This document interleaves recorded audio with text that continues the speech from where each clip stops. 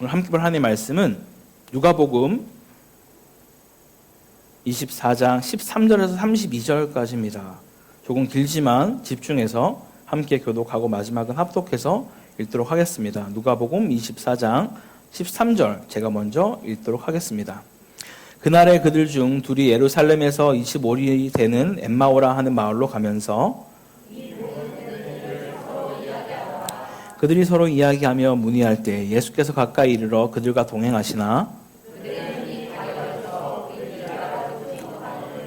예수께서 이르시되 너희가 길 가면서 서로 주고받고 하는 이야기가 무엇이냐 하시니 두 사람이 슬픈 빛을 띠고 머물러 서더라.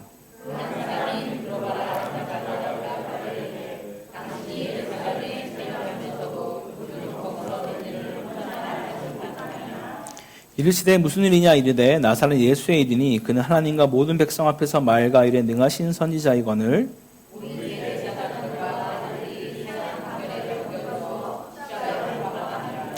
우리는 이 사람이 이스라엘을 속량할 자라고 바랐노라. 이뿐 아니라 이 일이 일어난 지가 사흘째요.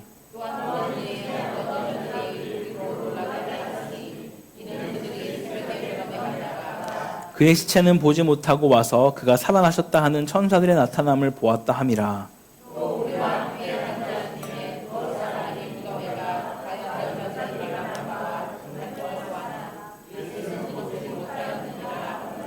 이르시되 미련하고 선지자들이 말한 모든 것을 마음에 더디 믿는 자들이여.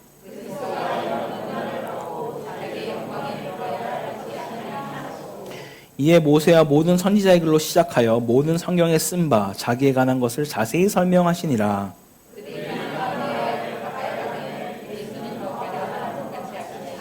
그들이 강건하여 이르되 우리와 함께 유하사이다. 때가 저물어가고 날이 이미 기울었나이다 하니 이에 그들과 함께 유하러 들어가시니라.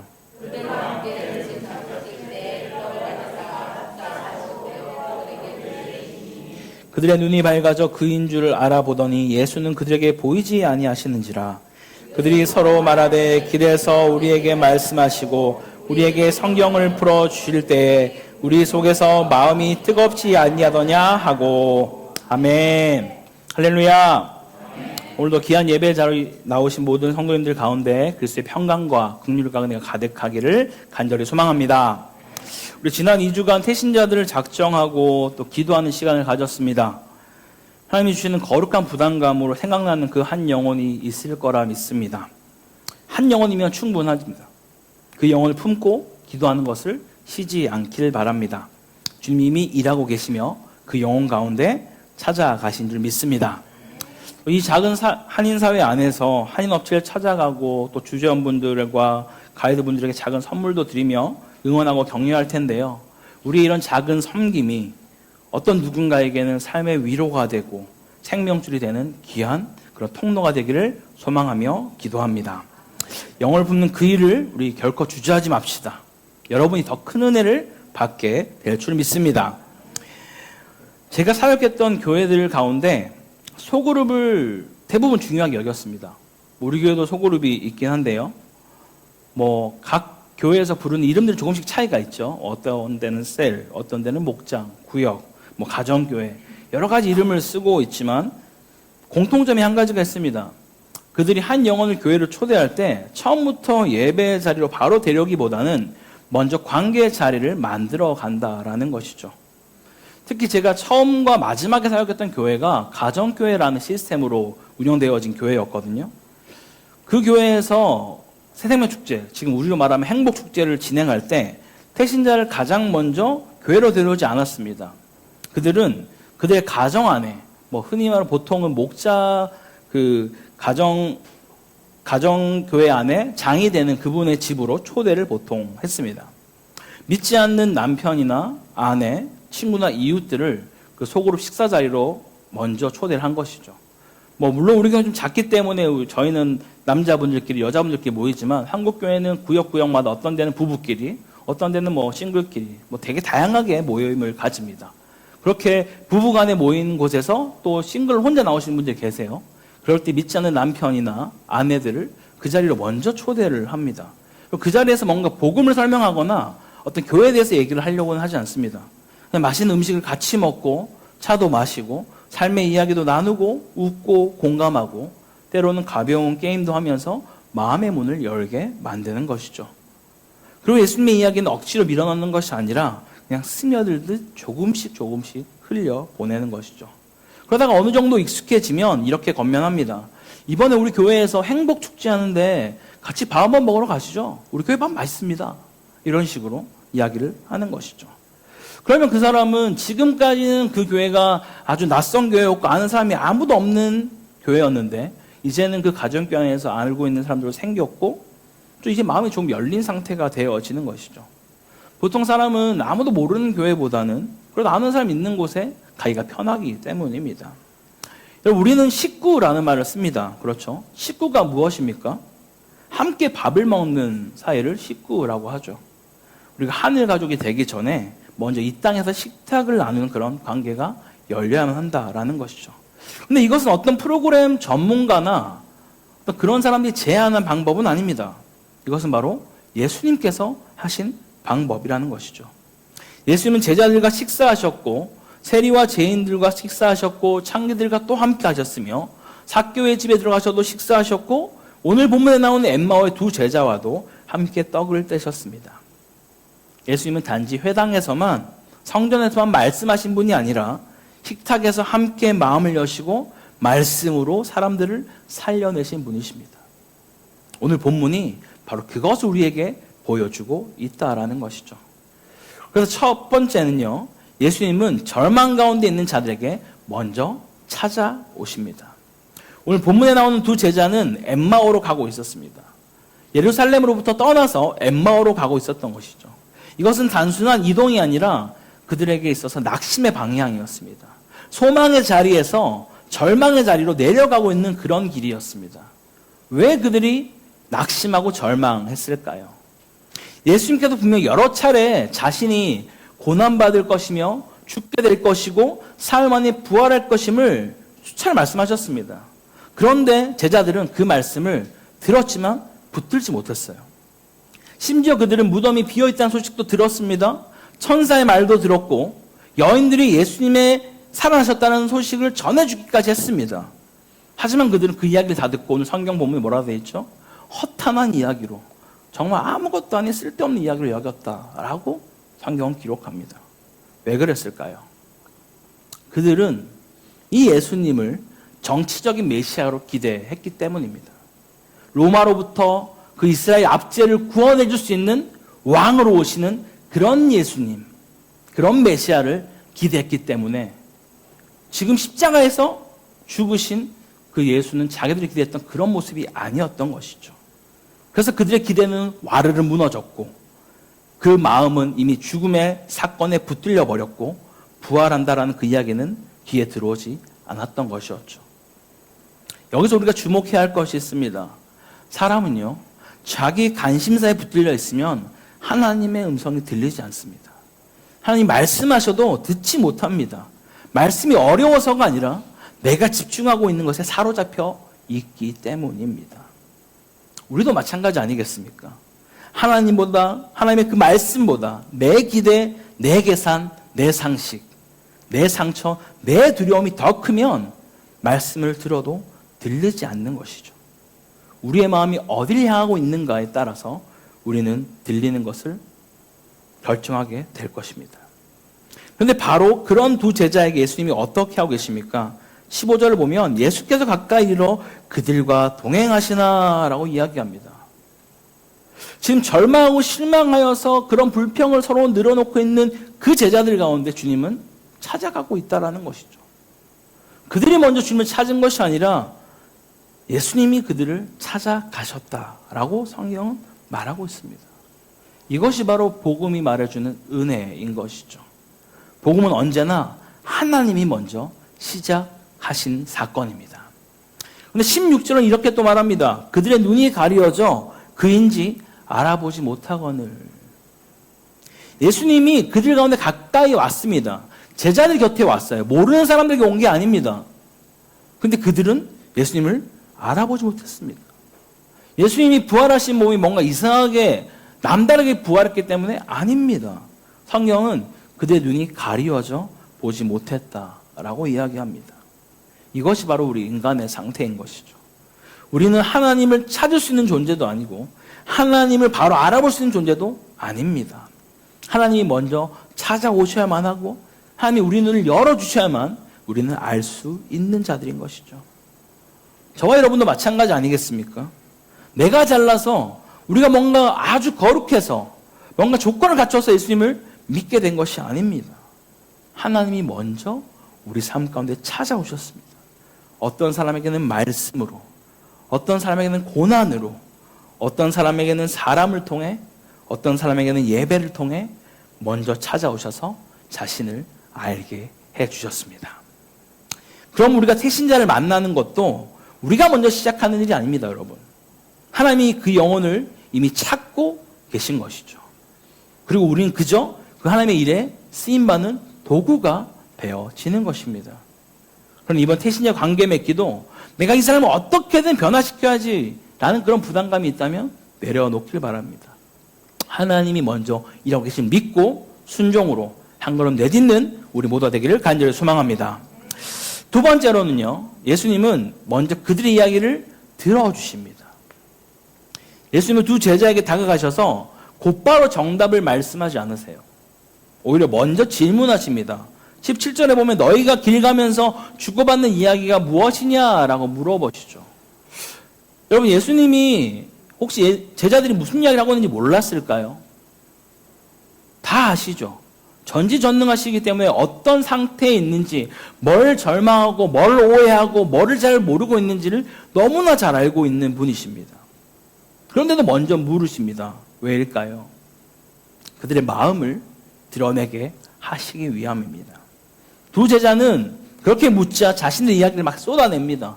우리가 사실은 어떤 예수님을 기대했는지, 그리고 그 십자가의 충격이 우리에게 어떻게 다가왔는지, 빈무덤은 이런 식으로 우리에게 소식이 들려졌고, 그러나 여전히 믿지 못하는 그런 혼란과 사건에 대해서 그들은 알고 있지만 의미는 전혀 모르고 있었던 것이죠.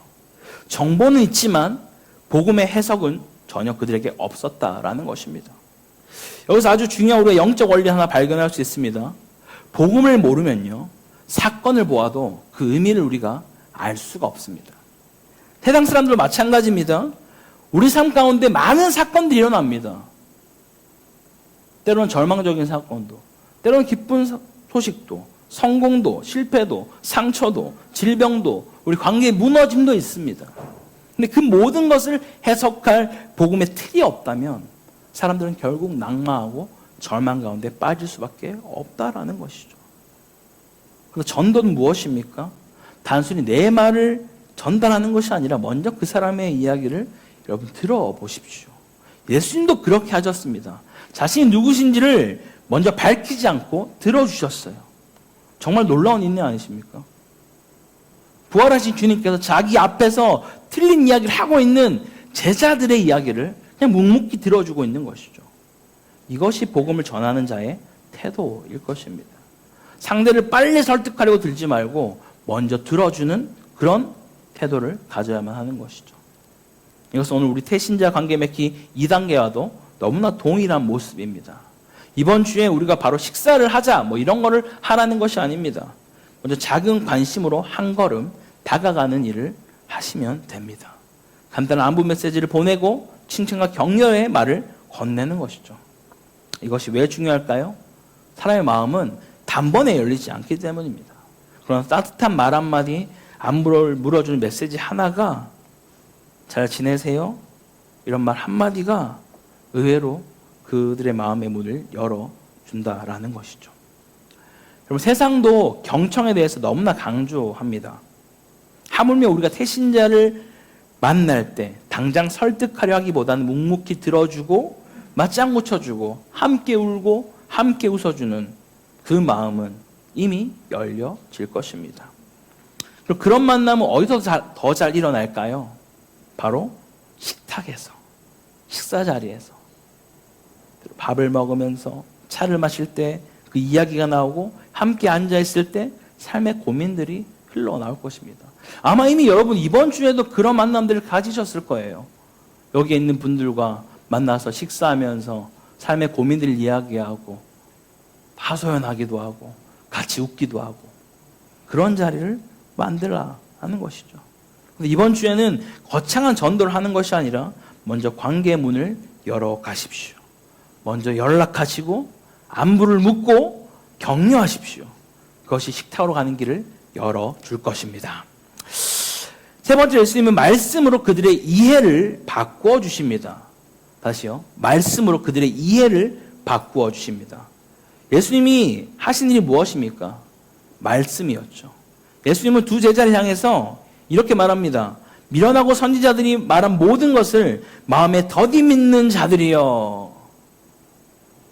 지금까지 너에게 그렇게 많이 말한 성경의 말씀과 그 예언의 그 말들을 너희가 모르겠느냐라고 말하는 거죠. 그냥 미련하다는 것은 단순히 머리가 나쁘다라는 뜻이 아니라 핵심을 붙들지 못하고 있다라는 의미를 가지고 있습니다. 제자들은 지금 3년간 예수님과 동행하며 살아왔습니다. 그분의 사역의 핵심이 무엇인가? 바로 십자가의 고난과 부활인데 그것을 붙들지 못했던 것이죠. 그래서 그들은 미련하다라는 이야기를 듣는 것입니다. 예수님도 지금 나타나자마자 내가 바로 부활한 예수다. 너희가 나를 알아보지 못하겠느냐라고 말할 수도 있습니다. 그럼 놀라 까무러칠 수도 있겠죠. 주님은 자기를 못 알아보는 것에 대해서 실망하거나 그렇게 하지 않고 먼저 말씀으로 다가갔다라는 거예요. 그들에게 기적을 보여줌으로써 뭔가를 증명하려 하지 않았습니다. 오히려 성경을 풀어주고 있다라는 것이죠. 27절에 모세와 모든 선지자의 글로 시작하여 모든 성경에 쓴 바 자기에 관한 것을 자세히 설명하시니라. 모세와 모든 선지자의 글, 이게 구약 말씀이죠. 그리고 자신에 관한 모든 말씀을 직접, 저자의 직강입니다. 지금 직접 그들에게 풀어주고 있다라는 겁니다. 왜 그렇게 하셨을까요? 예수님은 기적보다 말씀을 통해 믿음이 세워지기를 기뻐하셨기 때문입니다. 할렐루야. 죽은 자가 살아나는 기적을 본다라고 해서 반드시 믿게 되는 것은 아닙니다. 기적을 본 사람에게는 그것이 너무나 강렬하겠죠. 그러나 말씀은 세대를 넘어 모든 세대에게 동일하게 역사하는 줄 믿습니다. 성령께서 조명하시면 오늘날 살아가는 우리에게도 제자들과 똑같이 살아계신 예수 그리스도를 말씀 안에서 만날 수 있습니다. 그래서 예수님은 상황을 뭔가 바꾸시기 전에 그들의 이해, 관점을 바꾸셨다라는 것이죠. 죽음의 사건 자체가 갑자기 사라진 것이 아닙니다. 십자가가 사라진 것이 아니에요. 그러나 말씀으로 해석이 바뀌니 절망이 구속의 사건으로 십자가로 인해서 그들이 절망했었다면 이제는 그 십자가가 나에게 구원의 사건이구나 라고 그들이 깨달을 수 있었다라는 것이죠. 우리도 마찬가지입니다. 상황이 먼저 바뀌어야 우리가 사는 것이 아니에요. 말씀으로 상황을 보는 눈이 바뀌어야만 살아날 줄 믿습니다. 그러므로 관계도 중요하고 식탁도 중요하지만 거기서 멈출 수는 없습니다, 여러분. 말씀으로 나올 수 있도록 그래야만 그 사람이 우리를 살려낼 수 있음을 믿으시기 바랍니다. 우리는 관계를 만들 때 결국 그 관계가 말씀의 자리에 연결될 수 있도록 우리는 애써야만 합니다. 그래서 태신자를 향한 우리의 목표는 단순한 어떤 친해짐, 친밀감이 아닙니다. 행복 축제든 예배든 주일 예배든 수요 예배든 말씀을 듣는 자리로 그들을 데리고 와야 한다라는 것이죠. 복음은 끝내 말씀으로 전달되고 말씀으로 이해되고 말씀으로 믿어집니다. 할렐루야. 그러면서 예수님은 식탁에서 이제 자신을 드러내고 계십니다. 예수님 그들 함께 식탁에 앉으시죠. 두 제자가 강권합니다. 우리와 함께 하소서라고 가려고 하는 예수님을 붙듭니다. 그리고 예수님은 단순히 식탁을 교제를 하시는 것이 아니라 떡을 떼어서 축사하시고 그들에게 나누어 주십니다. 그 순간 그들의 눈이 밝아져 예수님을 알아보게 되죠. 이 장면은 단순한 식사 장면이 아니라 예수님의 몸을 상징하는 그 떡의 떼어짐, 나누어짐, 즉 성찬에 대한 의미를 가지고 있습니다. 예수님이 식탁에서 단순히 허기를 채우신 것이 아니라 하나님을 보여주셨다라는 겁니다. 이것이 정말 중요합니다. 식탁은 단순히 친교 자리가 아니라 하나님 자신을 드러내는 자리였다라는 것이죠. 예수님 길 위에서도 말씀하셨지만 식탁에서도 그들의 눈을 밝혀주셨습니다. 우리도 그것을 기억해야만 합니다.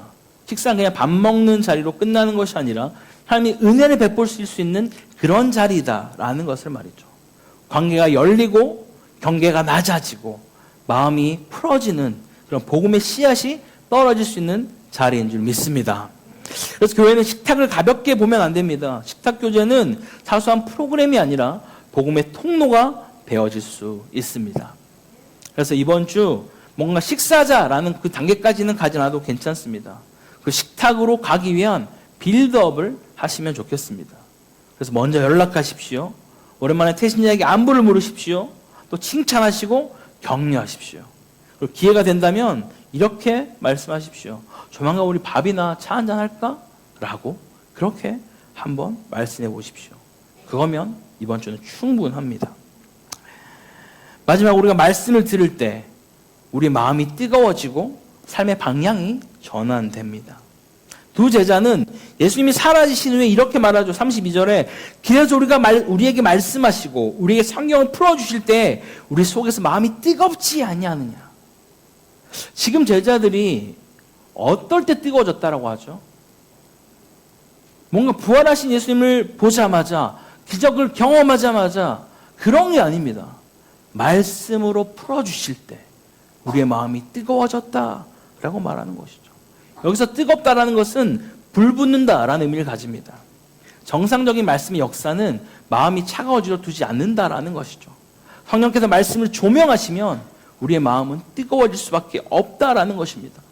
여기서 중요한 것은 그들을 변화시킨 것이 빈무덤을 보는 것 경험 자체가 아니었다라는 것이죠. 그들을 깨어나게 한 것은 말씀을 깨닫는 사건이었습니다. 부활은 결국 말씀 안에서 바르게 해석될 때 우리에게 믿어질 줄 믿습니다. 그리고 말씀으로 깨어난 사람에게 변화가 일어납니다. 처음엔 마음의 변화가 일어나죠. 그리고 방향이 바뀌어지게 됩니다. 절망의 자리로 엠마오로 가던 그들이 다시 길을 돌이켜서 이스라엘로 예루살렘으로 돌아갑니다. 그리고 셋째로 그들에게 사명이 생기기 시작하죠.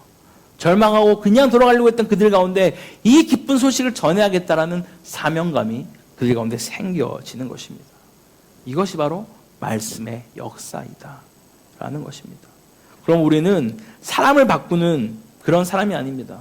우리는 말씀의 자리로 연결해 주는 사람인 것이죠. 마음을 뜨겁게 하시는 분은 성령님이시고요. 사람을 깨우시는 분도 주님이심을 믿으시기 바랍니다.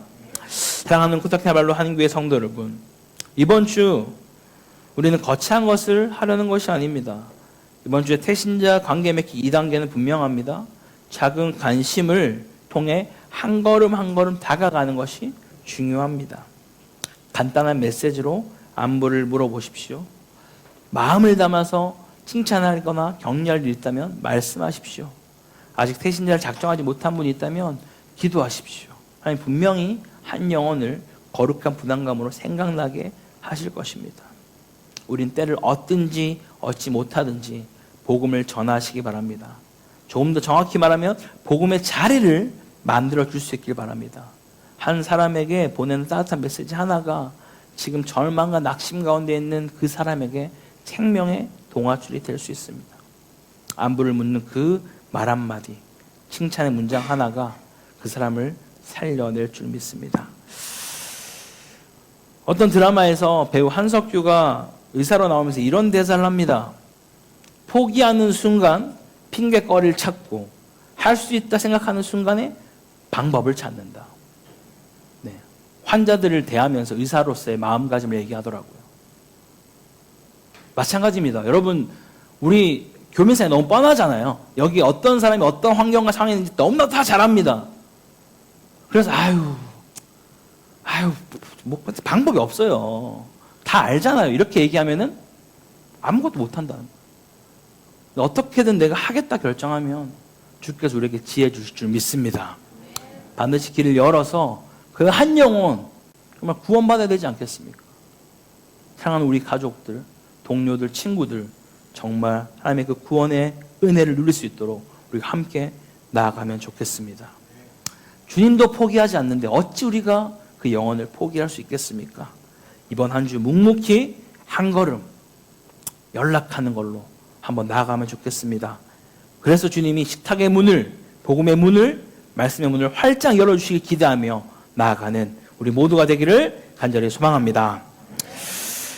함께 말씀을 같이 기억하면서 찬양으로 우리의 마음을 고백하고 또 주님이 우리에게 뭐라고 말씀하시는지를 좀 들어보면 좋겠습니다. 우리 하나님의 열심이라는 찬양인데요, 우리 열심으로 만들어가는 것이 아니라 하나님이 이미 우리 가운데 놀랍게 일하시고 역사하신다라는 그 사실을 좀 기억하면서 우리 함께 같이 찬양합시다.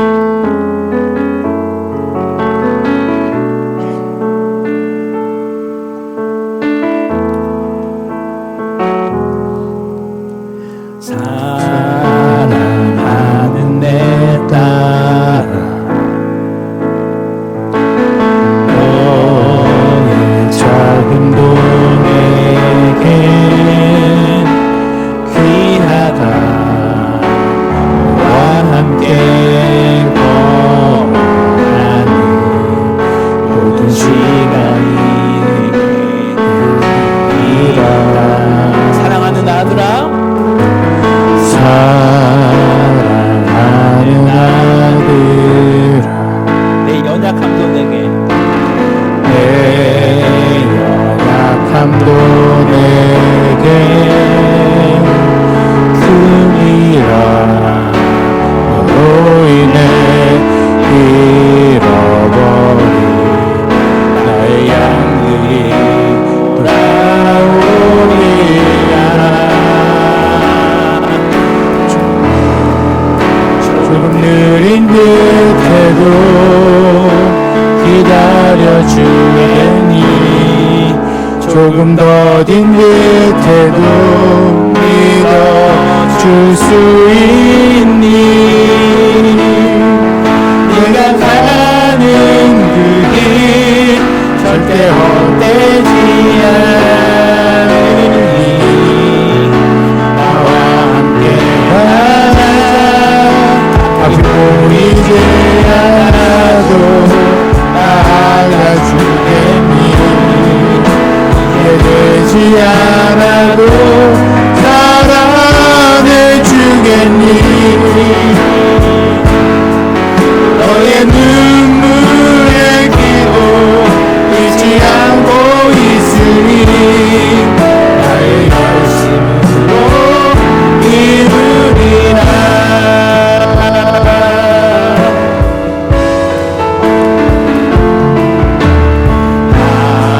하나뿐인 사랑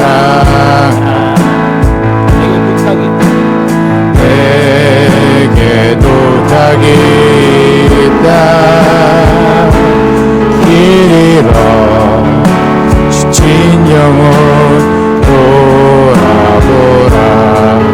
나의 품으로 안기어라. 조금 느린 듯해도 기다려주겠니. 조금 더딘 듯해도 믿어줄 수 있니. 내가 가는 그 길 절대 헛되지 않으니. 나와 함께 가자. 앞이 보이지 않아도 나아가 주겠니. 이해되지 않아도 사랑해 주겠니. 너의 눈물의 기도 잊지 않고 있으니 나의 열심으로 이루리라.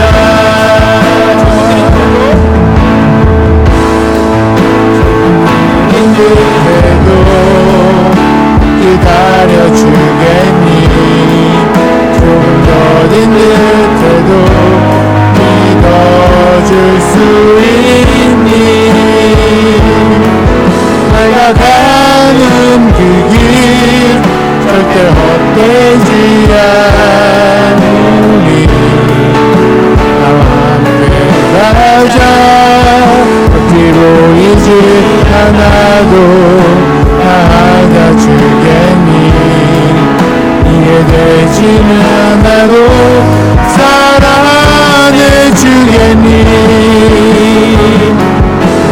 너의 눈물의 기도 쉬지 않고 있으니 나의 열심으로 이루리라. 내게 그 땅을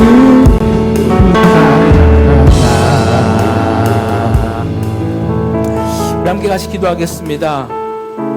찬양의 고백처럼 사랑하는 내 딸아 내 아들아, 너희가 얼마나 어려운 가운데 걸어가고 있는지, 또 지쳐있는지 내가 너무나 잘 알고 있다. 내가 너와 함께한다. 내가 너를 안아내는 것처럼 이 땅 가운데 잃어버린 영혼을 향해 너희가 찾아가서 그들을 함께 구원하는 그 자리 가운데 그리고 말씀하신 주의 그 음성을 우리가 기억하면 좋겠습니다. 그래서 주님, 말씀보다 내 생각과 염려와 상식에 사로잡혀 있는 그런 모든 마음들을 회개하게 하시고 다시 한번 주의 말씀으로 우리의 마음이 뜨거워지는 은혜가 있게 달라고 기도합시다. 하나님이 내게 맡기신 대신자를 분명히 품게 하시고 이번 주 먼저 연락하며 관계의 문을 열어달라고 기도합시다. 또 후딱대 말로 한인사회 가운데 식탁의 문이 열리게 하시고 그 만남이 그의 말씀에 대로 이어질 수 있도록 은혜 달라고 우리 주님 한번 잠깐만 기도하겠습니다. 주여 하나님 아버지 감사합니다. 오늘 이 시간 우리가 같이 기도하는 것은 주께서 우리에게 말씀하신 것처럼 아버지 식탁에서 베풀어주신 우리가 복음의 은혜를 아버지 우리가 함께 들음으로 인하여서 넘어갔음을 기억합니다. 하나님 오늘 정말 우리를 찾아와서 우리가 복음을 듣게 된 것처럼 하나님 우리를 만나주신 것처럼 우리 또 하나님 자신을 그 영혼을 향해 선물할 수 있도록 우리의 신을 풀어주시고 특별히 합박하여 주셔서 하나님 지혜로 나아갈 수 있도록 인도하여 주시옵소서. 내 상식과 내 마음과 내 감정이 판단해서 안 된다라고 그렇게 결정하는 것이 아니라 하나님의 마음과 마음의 일하심을 기대하지 않을 수 있도록 도우시고 역사하여 주시옵소서. 우리의 맡기신 귀한 뜻입니다. 당하는 우리 남편, 당하는 우리 아내, 우리 자녀들 가운데 우리 성도들의 친구들 가운데 나아가서 하나님의 그 복음을 전하고 예외자로 말씀의 자리를 내놓을 수 있도록 아버지 우리 가운데 함께하여 주시옵소서. 우리 가운데 끝까지 허락하여 주시고 함께라고 허락하여 주셔서 아버지 우리가 함께 성도 나아가는 그야말로 하나님 사회 가운데 하나님 그 식탁이 열려지고 복음의 모든 말씀을 열려줄 수 있는 그런 은혜가 있게 하여 주시옵소서. 그리고 작은 한인 사회이시고 이 가운데 더 많은 민들이 일어날 수 있도록 도와주시고 그들을 통하여서 이 땅 가운데 하나님을 더욱 부럽다는 것을 보게 하여 주시옵소서. 아버지 찬양합니다. 역사시켜 주시옵소서. 주님 일하시고 바라보고 계시나오니 주의 한 사람도 남자 없이 정말 주님 주신 마음 나아갈 수 있는 주의 강한 용사로 부르시고 인도하여 주시옵소서. 아버지 우리 주의 고백처럼 우리를 격려하시고 도와주시고 사랑하시고 안으시고 다시 한번 나아갑니다. 아버지 주의 역사시고 다시 한번 주시옵소서.